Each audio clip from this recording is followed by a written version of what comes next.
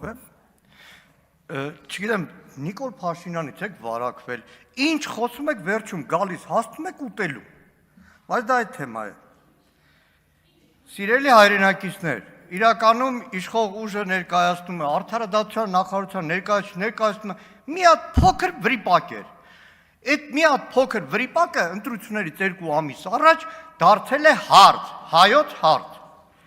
Այս մոտավորապես նման է նրան, որ վազքի առաջնությանը վազք ուղում, մեկ էլ ժյուրին որոշի, որ չէ կանոնակարգը փոխում են, կանգնեք ու օրինակ ճաղատները չեն կարող վազել, մենակ կարող են մազդունեցողները վազել։ Սիրելի հայրենակիցներ,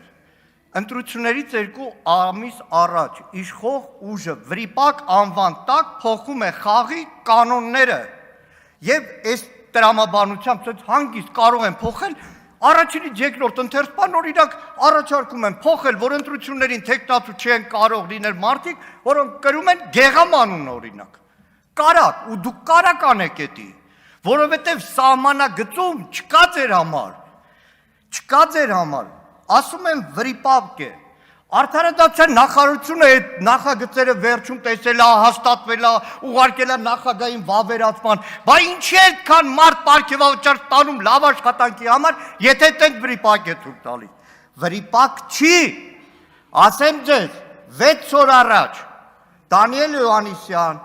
դիտորդական կազմակերպության ղեկավար է,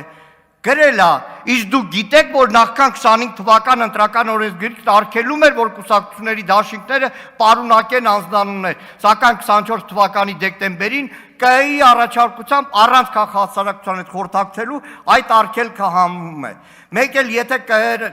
ինձ ահագին զարմացնում է իշխանությունից որոշների ինքնավստահությունը, որոնք կարծում են, թե կարող են գաղթագողի փոխել ընտրական օրենսգիրքը։ Այսպես ձեզ բացատրել եմ, որ ժողովուրդ չեք հասկացել, օրենքը փոխել եք, այսօր ձեր համար վտանգ է, այսօր վրիպակ օպերացիան բերել եք, ներկայացնում եք հայ ժողովրդին իբր բարելավման համար։